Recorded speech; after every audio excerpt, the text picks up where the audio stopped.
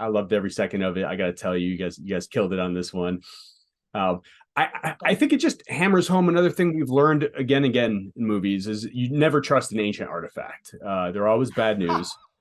Is this based on any pre-existing lore, like about an embalmed hand, or is it just out of the blue? Yeah, it came in the second draft of the film, and thematically we were talking about human touch and connection all the way through, like the script. That it just felt like it just was right. It was there the whole time, and when we like really nailed it down and found it in that second draft, it was like heaven. Yeah. So the first draft did not have the hand in it, is what you're saying? They were saying phrases initially. It was literally like it was like a phrase thing. It was like a book or something. Like it was so we didn't know what it was. We knew that that was a placeholder.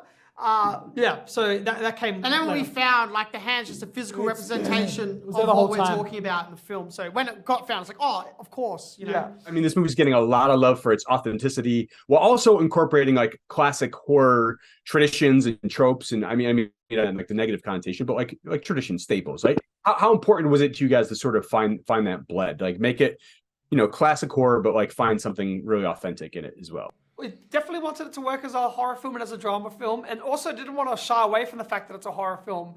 And like, it's so fun to play with those tropes and be part of that world. And I just love the genre so much. So it was just a cool playground to be swinging in, dog. You guys got your start on YouTube. How did that prepare you for a feature? And like, what were the biggest adjustments you had to make? I mean, did you have to make many adjustments?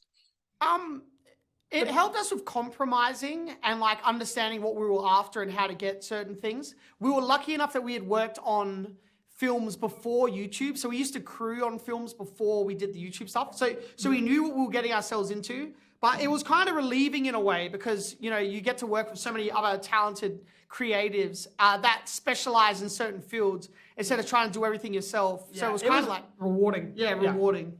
You guys have been screening this movie for almost a year now, right? Like first Adelaide and then Sundance. What would have been your favorite reactions to it so far? What have been the ones that like really stood out? Oh, I think that Sundance screening, because our life changed after that night it screened like completely. So it hands down has to, and it was so magical because all the cast and crew were there as well, and we all got to experience it together. Like it felt so fairy tale-ish. Yeah, it was kind of like we didn't know what the reception was going to be. We had no idea. We had only screened it in Adelaide before that with family and friends, and everyone's like, what'd you think? They're like, it's great.